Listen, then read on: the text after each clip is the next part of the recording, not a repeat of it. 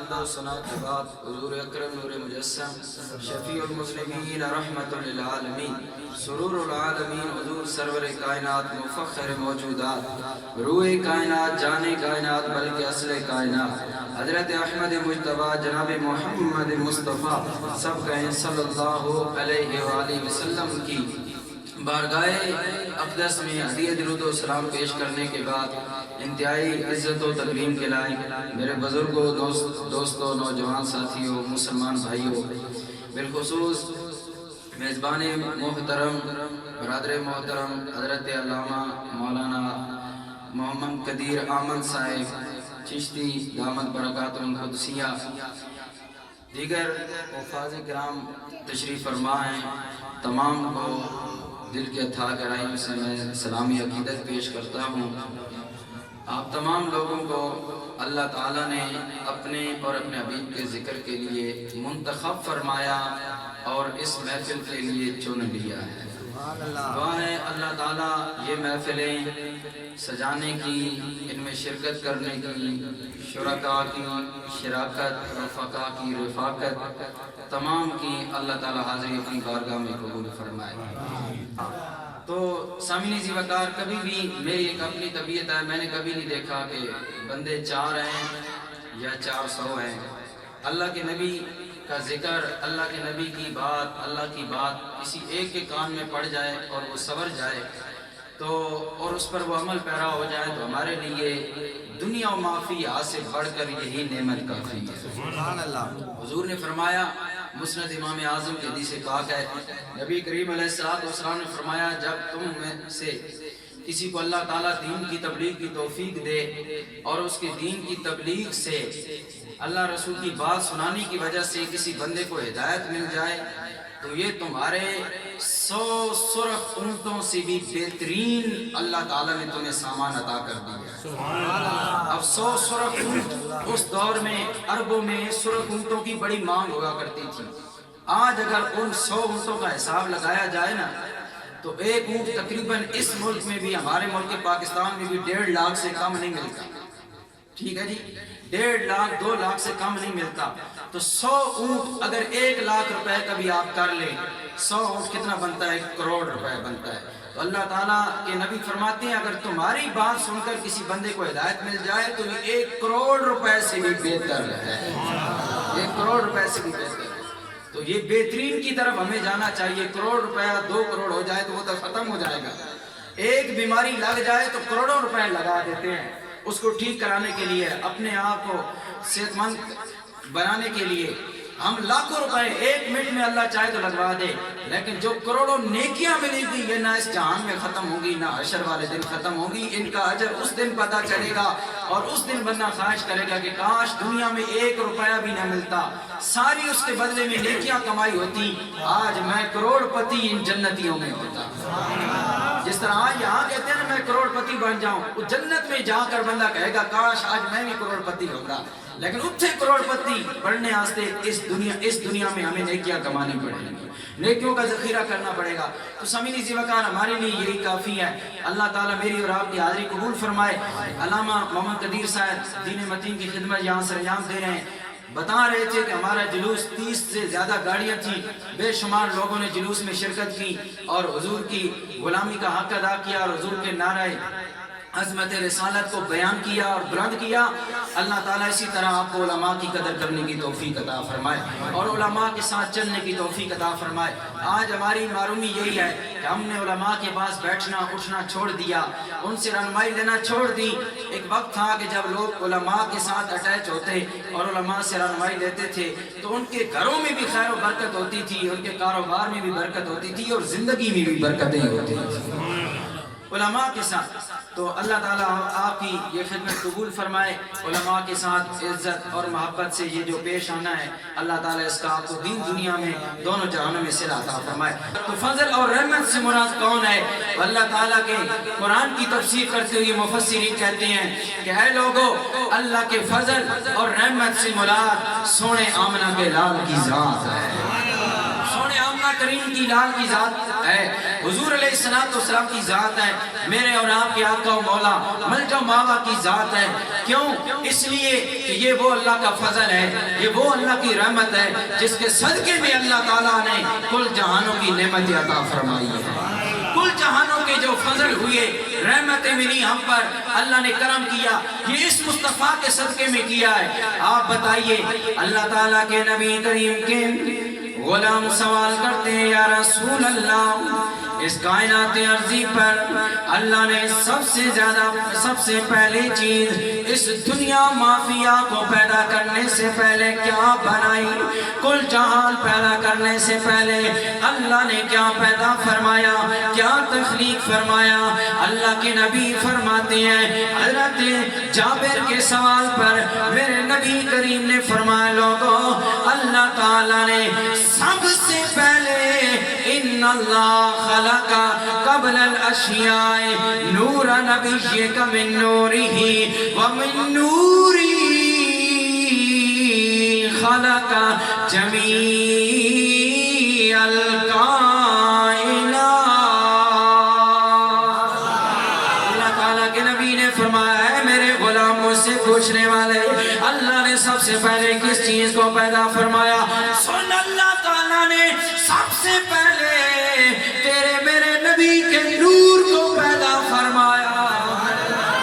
وَمِن نُورِ خَلَقَ جَمِيعَ الْكَائِنَاتِ، پھر میرے نور سے اللہ تعالیٰ نے ساری کائنات کو تخلیق فرمایا۔ پتہ چلا دنیا نعمت ہے، دنیا کے اندر ہر چیز نعمت، مال اولاد بھی نعمت، والدین بھی نعمت، کھانے پینے کی چیزیں بھی نعمت، جماعات نباتات بھی نعمت، حیوانات بھی نعمت۔ اللہ تعالیٰ نے زمین کو فرش بنایا، یہ بھی نعمت، زمین سے اناج اگائے، یہ بھی نعمت۔ اللہ نے ہمیں زندگی گزارنے کے لیے سانسیں دی، سانس بھی اللہ کی نعمت، زندگی بھی اللہ کی نعمت، یہ ساری حیاتی اللہ کی نعمت ہے۔ اس کے اندر استعمال ہونے والی ساری چیزیں بھی اللہ کی نعمت، اللہ کا فضل ہے، اللہ کی رحمت ہے۔ ارے دولت دی اللہ تعالیٰ نے گزر بسر کرنے کے لیے، دولت ہے تو مکان بناتے ہیں، دولت ہے تو بچوں کو پڑھاتے ہیں، دولت ہے تو کھانے پینے کی چیزیں خریدتے ہیں،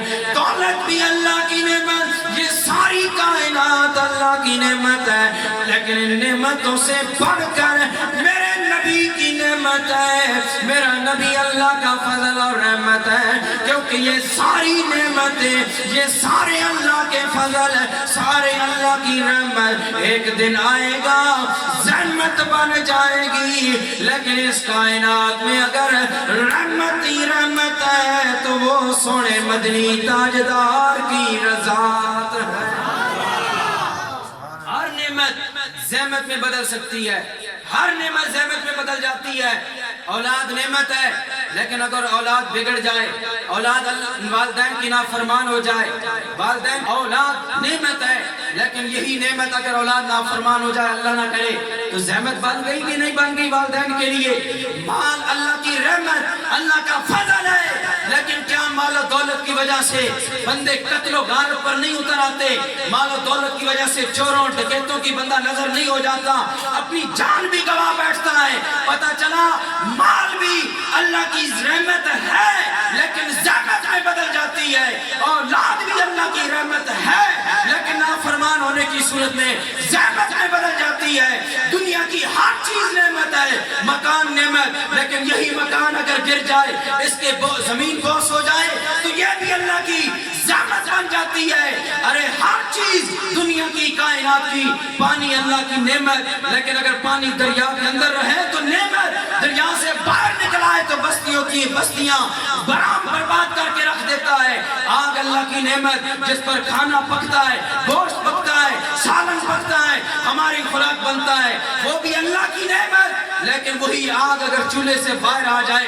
جان ضائع کر دیتی ہے۔ ہر چیز اللہ کی نعمت، لیکن اس کا ایک دوسرا رخ موجود ہے کہ وہ زحمت میں بدل سکتی ہے۔ لیکن اس کائنات میں لوگوں ایک ہی رحمت ہے، جو ادھر بھی رحمت، حشر والے دن بھی رحمت، قبر میں بھی رحمت، جہاں ماں باپ بھی نہیں کام آئیں گے، وہاں مدنی سونا آقا مصطفیٰ کام آئے گا، وہاں میرا نبی کام آئے گا۔ والدین ہیں، بیٹا جوان ہو، جوانیاں اور جوانی بیٹے کی دیکھ کر رشک کرتے ہیں، خدا کا شکر ادا کرتے ہیں بیٹا میرا جوان ہے، فخر باپ محسوس کرتا ہے. لیکن بیٹے کو اگر جوانی میں موت آ جائے، اللہ نہ کرے، تو یہی باپ اپنے ہاتھوں سے قبر کے حوالے کر دیتا ہے. لوگوں، ماں بیٹے کے بغیر گزارا نہیں کرتی، ماں کو اولاد پیاری، لیکن اولاد کو موت آ جائے تو یہی ماں اپنے ہاتھوں سے قبر کے حوالے اولاد کو کر دیتی ہے. لوگوں، اس نبی کریم کا شکر ادا کرو جس کو اللہ نے ایسا فضل اور رحمت بنایا ہے، جہاں ماں باپ جیسے شفیق اور مہربان بھی کام نہیں آتے، جہاں ماں باپ بھی چھوڑ جاتے ہیں، وہاں مدنی سونا مدینے سے اٹھ کے آ جاتا ہے.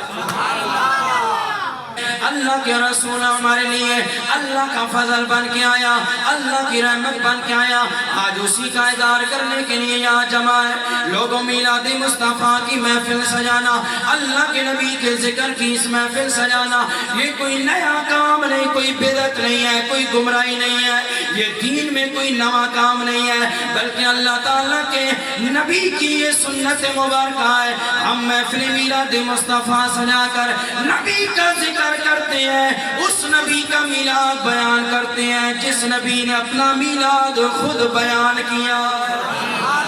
خود نبی کریم نے اپنا میلاد بیان کیا ہے. لوگ تو بس آنکھیں بند کر کے اعتراض کر دیتے ہیں، دکھاؤ جی محفل میلاد کتوں ثابت ہے، دکھاؤ جی میلاد مصطفیٰ دی محفل سجانا، جلسے جلوس کرنا، یہ کہاں سے ثابت آ گیا جی. ویسے ہی اپنے پاس ایک نوا کام دنیا میں انہوں نے کر لیا ہے. لوگوں، نہیں میرے نبی کریم کے غلاموں، آؤ میرے نبی کریم کا میلاد سنو، خود میرے مصطفیٰ کی زبان ہے اور سنے میلاد رسول کا بیان ہے. میلاد رسول کا بیان ہے. ان اللہ اصطفیٰ کنانۃ من ولد اسماعیل واصطفیٰ قریش من کنانۃ واصطفیٰ من قریش بنی ہاشم واصطفانی من بنی ہاشم. اے لوگو، اللہ تعالیٰ نے حضرت اسماعیل کی اولاد میں سے کنانہ کو منتخب کیا، کنانہ کو شان والا بنایا ہے، کنانہ میں سے قریش کو شان والا بنایا، قریش میں سے پھر آگے بنو ہاشم کے قبیلے کو شان والا بنایا، بنو ہاشمی قبیلے میں سے مجھ محمد مصطفیٰ کو خدا نے شان والا بنایا. روکے گل کرنا چاہنا، دسو ای نبی دا میلاد نہیں تے کیوے؟ نبی کریم نے خود بیان کیتا ہے. لوگوں، کنانہ نو اللہ تعالیٰ نے شان والا بنایا ہے. نبیاں میں حضرت ابراہیم دی اولاد میں اسماعیل نو شان والا بنایا، اسماعیل میں سے پھر بنو کنانہ کو شان والا بنایا، بنو کنانہ میں سے قریش کو شان والا بنایا، قریش میں سے بنو ہاشم کو شان والا بنایا، بنو ہاشم میں سے مجھ محمد مصطفیٰ کو شان والا بنایا، مقام والا بنایا، عزتوں والا بنایا. ارے لوگوں، پتہ چلا جو بھی میرے نبی کے ساتھ ملتا گیا اسی رب اپنی بارگاہ میں شانیں دیتا گیا، اسی شانیں دیتا گیا. اسی واسطے کہ شاعر نے بڑی پیاری بات کی. شاعر کہتا ہے کہ میرے کملی والے کی شان ہی نرالی ہے. واپس سے پڑھے، میرے کملی والے کی شان ہی نرالی ہے، میرے کملی والے کی شان ہی. میرے نبی کی شان نرالی ہے کہ نہیں ہے؟ بولو سچی ہے نا؟ اگر پڑھتے کیوں نہ ہو. میرے کملی والے کی شان ہی ہے، تو جہاں کے داتا ہے سارا جگ سوالی ہے، تو جہاں کے داتا ہے سارا جگ سوالی ہے. سمینی زی وقار، ایک بات آپ یاد رکھیں، حضرت ابراہیم علیہ السلام کے دو بیٹے تھے. کتنے بیٹے تھے؟ دو. ابراہیم کے بیٹے، حضرت اسماعیل علیہ السلام بھی حضرت ابراہیم کے بیٹے، مائیں دونوں کی الگ. حضرت اسحاق کی والدہ کا نام حضرت سارہ، حضرت اسماعیل کی والدہ کا نام مائی ہاجرہ، مائیں الگ باپ ایک، حضرت ابراہیم علیہ السلام کا بیٹا حضرت اسحاق علیہ السلام، ان کی اولاد میں سے حضرت یعقوب علیہ السلام پیدا ہوئے، حضرت یعقوب سے حضرت یوسف پیدا ہوئے، حضرت یوسف سے آگے نبی پیدا ہوتے گئے، ہزاروں نبی پیدا ہوئے، حضرت موسیٰ بھی ان کی اولاد میں سے، حضرت عیسیٰ بنی اسرائیل تک، بنی اسرائیل اس قوم کو کہتے ہیں جس کا تعلق حضرت یعقوب کے ساتھ ہے، حضرت یعقوب کی اولاد اور ادھر سے آگے جو خاندان بنے ان کو بنی اسرائیل کہتے ہیں۔ سارے نبی بنی اسرائیل میں پیدا ہوئے، حضرت اسحاق کی اولاد میں ہزاروں نبی پیدا ہوئے، حضرت اسماعیل علیہ السلام سے لے کر میرے نبی تک درمیان میں کوئی نبی پیدا نہیں ہوا۔ حضرت اسماعیل علیہ السلام اللہ کے نبی، حضرت اسحاق بھی اللہ کے نبی، ان کی اولاد پیدا ہوئی نبی بنی، حضرت اسماعیل کا کوئی بیٹا نبی نہیں بنا، یہ نسل چلتی رہی، بنو کنانہ تک پہنچی، بنو کنانہ سے قریش تک پہنچی، قریش سے بنو ہاشم تک پہنچی، بنو ہاشم سے میرے نجبان رسول کی بارگاہ تک پہنچی۔ تو سامعین زیبکار علماء فرماتی ہیں وجہ کیا ہے؟ ادھر ہزاروں نبی حضرت اسحاق کی اولاد میں سے، حضرت اسماعیل کی اولاد میں سے صرف ہمارے نبی اور کوئی نبی نہیں، وجہ کیا ہے؟ محبت سے کہیں سبحان اللہ۔ علماء فرماتے ہیں حضرت اسحاق علیہ السلام کی اولاد میں سے اللہ نے ہزاروں نبی بنائے، ہزاروں نبی پیدا فرمائے ہیں، حضرت عیسیٰ تک نبی آئے، حضرت اسماعیل کی اولاد میں کوئی نبی نہیں، میرا نبی صرف بن کے آیا ہے، میرے لجبان رسول آئے ہیں۔ علماء فرماتے ہیں اس کی حکمت یہ ہے، راز یہ ہے کہ اللہ تعالیٰ دنیا والوں کو بتانا چاہتا ہے لوگوں، کوئی نبی کا باپ ہونے کی وجہ سے شان والا بنا، کوئی نبی کا بیٹا ہونے کی وجہ سے شان والا بنا ہے، لیکن لوگوں میرا لجپال نبی وہ عظمت والا، وہ شان والا ہے کہ حضرت اسماعیل سے لے کر میرے نبی کا کوئی باپ میرے نبی کا نبی نہیں بنا، کیونکہ جدھر سورج آ جائے ادھر تاروں کی ضرورت نہیں پڑتی ہے۔ نعرہ تکبیر، نعرہ رسالت، نعرہ حیدری، تاجدار خط پھر آقا سبحان اللہ، کیونکہ وہ آفتاب رسالت بن کے آیا ہے۔ اسی لیے تو کسی نے پنجابی والے نے بڑی باری بات کہی، کہتا ہے کہ سخی سونا الجھ پالے، سخی سونا الجھ پالے، ساری دنیا تو بے مثال ہے، سخی سونا الجھ پالے، ساری دنیا تو بے مثال ہے۔ ذرا لب کھولو مصطفیٰ دی شان میں تسی موتی رولو، سخی سونا الجھ پالے، ساری دنیا تو بے مثال ہے۔ تکبیر، نعرہ کرو میرا نبی اللہ کا فضل بن کے آیا،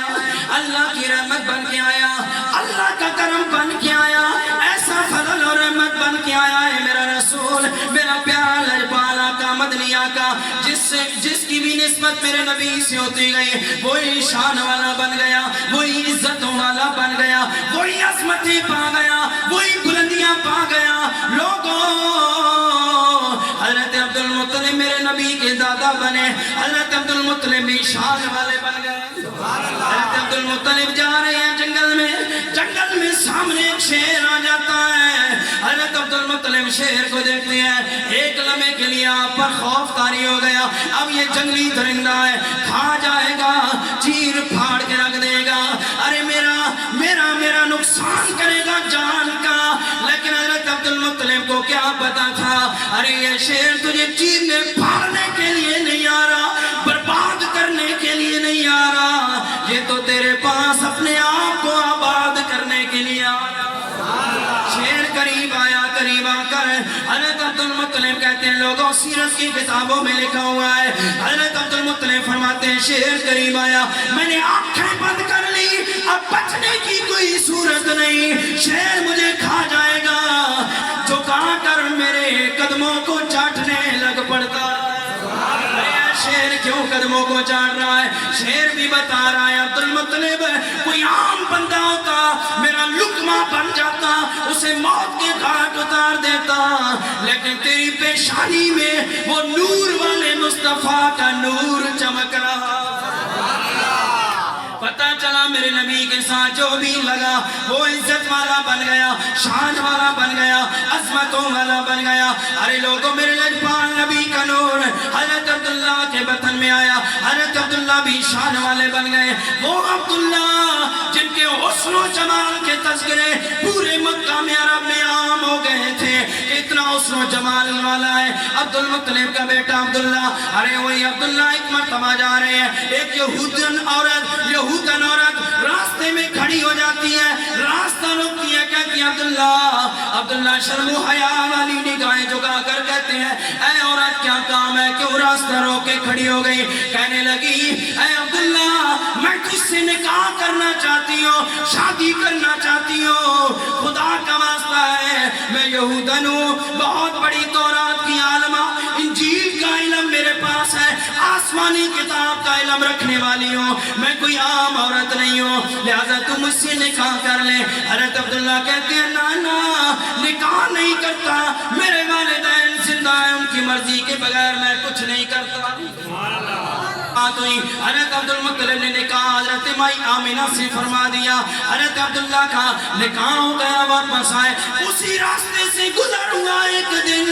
وہی عورت جب سامنے آئی اس نے منہ موڑ لیا عبداللہ نے کہا عورت تو میرے ساتھ محبت کی دعوے دار تھی تو کہتی تھی مجھ سے نکاح کر لے آج کیا وجہ ہے میرے سے منہ کیوں موڑ لیا ہے وہ کہنے لگی ہے عبداللہ میں کوئی گندی عورت نہیں میں کوئی غلط عورت نہیں مجھے غلط نہ سمجھ میں تورات کی عالمہ انجیل کی عالمہ زبور کا علم رکھنے والی آسمانی کتابوں کا علم رکھنے والی ہو اے عبداللہ سن لے میں نے اس لیے تجھے نکاح کی پیشکش کی تھی میں نے تیری پیشانی میں وہ آخری نبی جو آنے والا ہے اس کا نور چمکتے دیکھا تھا میں چاہتی تھی تیرے ساتھ نکاح کر لو اس عزت والی عظمت والے نبی کی میں سونی ماں بن جاؤں میں تو اس لیے تیرے ساتھ نکاح کرنا چاہتی تھی لیکن آج کیا ہوا آج تیری پیشانی میں وہ نور نکل گیا نہیں ہے تیری پیشانی میں وہ نور تو نے نکاح تو نہیں کر لیا کہا ہاں میں نے نکاح کر لیا ہے خانہ کعبہ کے اندر میرا نکاح ہوا ہے میرے ابا عبد المطلب نے نکاح پڑھا دیا اور کہا اے عبداللہ تیرے سے میرا کوئی کام نہیں اب تیرا میرے ساتھ کوئی واسطہ نہیں میں تو چاہتی تھی کہ تیرے ساتھ نکاح کر کے یہ جو پیشانی میں نور چمک رہا ہے اس پیشانی میں اس نور والے نبی کی میں ماں بن جاؤں اس لیے میں تو چاہتی تھی نکاح کرنا تو سامعین زی وقار جس کی بھی نسبت میرے نبی کریم کے ساتھ ہوتی گئی وہ عزت والا بنتا گیا میرے نبی کریم مائی آمنہ فرماتی ہیں لوگوں جب اللہ کے نبی کی ولادت کا وقت آیا کیا ہوا وقت خرج لہا نورن ادا لہا منہ قصور الشام لوگوں جب وہ نور والا نبی اس کی ولادت کا پیدائش کا وقت آیا تو میرے لجپال نبی کی والدہ محترمہ فرماتی ہیں میں مکہ کی کالی کوٹھڑی میں بیٹھی ہوئی تھی ادھر لیٹی ہوئی تھی اور ولادت کے وقت جب وہ نور والا نبی میرا پتر محمد چمکا اور دنیا پر ابھرا اس نور کی برکت سے بیٹھی میں مکہ تھی اور شام کے محلات اللہ نے مجھے دکھا دیے شام پتہ ہے کتنا دور ہے شام مکہ سے کتنا دور ہے پتہ ہے 2008 کلومیٹر 2008 کلومیٹر شام مکہ سے دور ہے شام ایک الگ ریاست الگ ملک ہے سامعین زی وقار مکہ سے اتنا دور اور آپ کو پتہ ہے عرب امارات میں زیادہ پہاڑ اور صحرا ہے کتنے راستے میں پہاڑ آتی ہے یہاں سے 1 کلومیٹر دور بندے کو نظر نہیں آتا 1 کلومیٹر دور نظر نہیں آتا بندے کو لیکن میرے نبی کریم کی والدہ فرماتی ہیں لوگوں میں بیٹھی مکہ کی بند کوٹھڑی کے اندر ہوں میرے نور والا پتر محمد آیا اس کی نور کی چمک سے میں نے شام کے محلات کو دیکھ لیا جس جس نبی کے نور کی برکت کا یہ عالم ہے اس نبی کی ذات کا عالم کیا ہوگا؟ جس نبی کے نور کی برکت کا یہ عالم کہ جس ماں کے بطن میں آیا وہ ماں مکہ میں بیٹھ کر شام کا نظارہ کر لیتی ہے، تو مجھے بتاؤ جس ماں کی شان کا عالم یہ ہے، اگر وہ مدنی آقا سود مدینے میں بیٹھ کر اسلام آباد پنڈی والوں کا سنجانی والوں کا درود و سلام کیوں نہیں سنتی؟ جس کی ماں شان تک دیکھ سکتی ہے وہ پیارا محمد اپنی امتیوں کو کل جہان کے امتیوں کو کیوں نہیں دیکھ سکتا؟ وہ دیکھ سکتا ہے۔ میرے کملی والے آقا نبی کریم علیہ السلام کے غلاموں، حضرت عباس رضی اللہ تعالیٰ عنہ میرے نبی کے چچا ہیں، ایک مرتبہ بیٹھے ہیں، عرض کرتے ہیں یا رسول اللہ، یا رسول اللہ، میں نے بچپن میں آپ کو پنگوڑے میں دیکھا ہے، وہ جب میں نے معاملہ دیکھا تھا اسی وجہ سے میں نے اسلام قبول کیا ہے، میں نے سونے کریم نبی جی آپ کا کلمہ پڑھا ہے۔ فرمایا میرے چچا کیا دیکھا تھا بچپن میں؟ حضرت عباس کہتے ہیں میں نے بچپن میں دیکھا یا رسول اللہ پنگوڑے کے اندر آپ لیٹے ہوئی ہیں، اب رب دا جڑا نبیاں دا سلطان ہے اس دی شان دا عالم کیا ہو گیا؟ وہ نبیوں کو اپنی امتیوں کے بارے میں نہیں جانتے، شیطان کو زیادہ پتہ چل جاتا ہے، نہیں شیطان کو بعد میں پتہ چلتا ہے، مصطفیٰ پہلے جانتے ہیں۔ وَعَلَّمَكَ مَا لَمْ تَكُنْ تَعْلَمْ، محبوب سونیا ہم نے وہ سب کچھ آپ کو بتا دیا ہے جو کچھ آپ کو نہیں پتا تھا،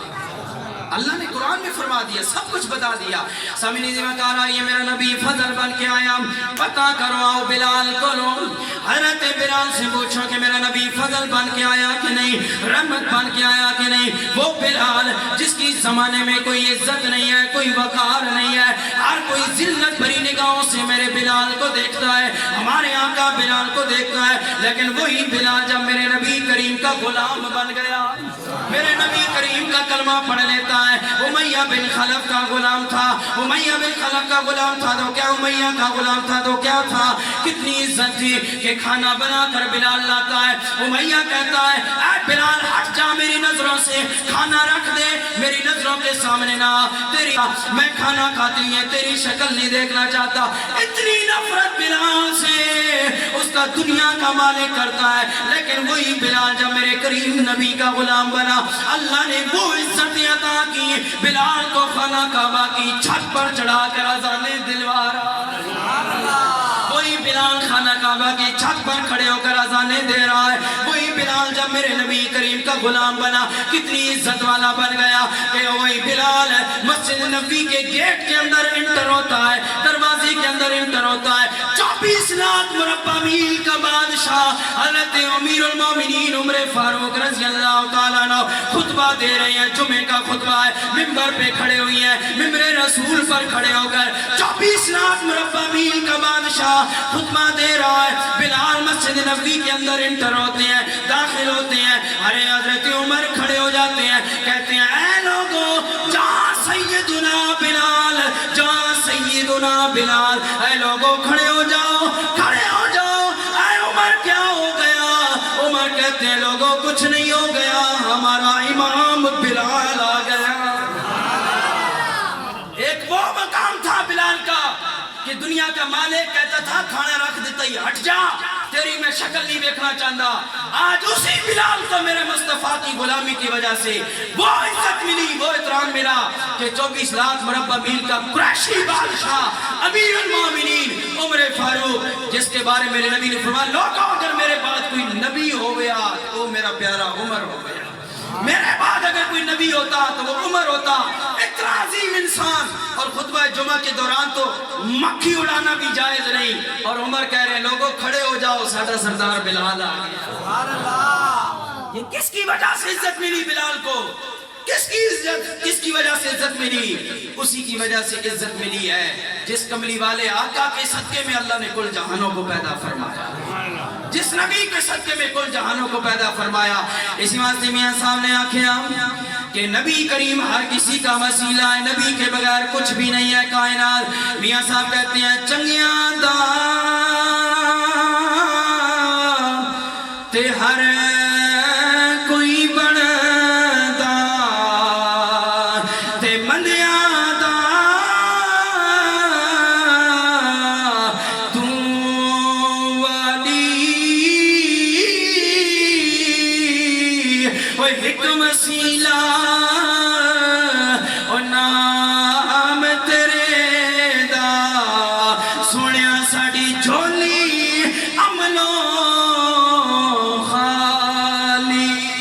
آخری بات کر کے ختم کرتے ہیں. المواہب اللدنیہ کے اندر یہ حدیث پاک موجود ہے. نبی کریم نے فرمایا لوگوں قیامت والے دن لوگ آئیں گے, اللہ تعالیٰ دو بندوں کو کہے گا جاؤ جنت میں چلے جاؤ, جاؤ جنت میں چلے جاؤ مصطفیٰ کے غلام امتیوں کو. وہ بندے کہیں گے یا اللہ چنگا کام دنیا ایک بھی نہیں کیتا تھے جنتا جنہیں مفتے نہ رہنے پہ جی سوچ میں مبتلا ہو جائیں گے کہ یا اللہ دنیا میں کم گناہگار تھے, سیاہکار تھے, بدکار تھے, یہ یکدم کرم نوازی کس کے صدقے میں ہو رہی ہے. اللہ کے نبی فرماتے ہیں, اللہ فرمائے گا جاؤ جاؤ پوچھو نہیں. سامنے نہیں کہا یا اللہ وجہ کیا ہے, جنت میں کیسے جا رہے ہیں, وجہ تو بتا. رب فرمائے گا میرے بندے وجہ یہ ہے کہ تمہارے ماں باپ نے تمہارا نام محمد رکھ کے میرے کملی والے کے نام پر نام رکھا ہے, تمہارا نام محمد رکھا ہے, اسی نام کی برکت سے میں نے تمہیں جنت عطا کر دی ہے. میری غیرت گوارا نہیں کرتی کہ میں رب ہو کر میرے محبوب کے نام پر کسی بندے کا نام ہو اور محمد نام کے بندے کو میں جہنم میں بھیج دوں. نانا یہ تمہارا کمال نہیں, تمہاری شکل کا کمال نہیں, تمہارے عمل کا کمال نہیں, تمہاری کسی عزت بڑائی کا کمال نہیں, تمہارے دنیا کے کسی اعمال کا کمال نہیں, یہ سونے آمنہ کے لال کا کمال.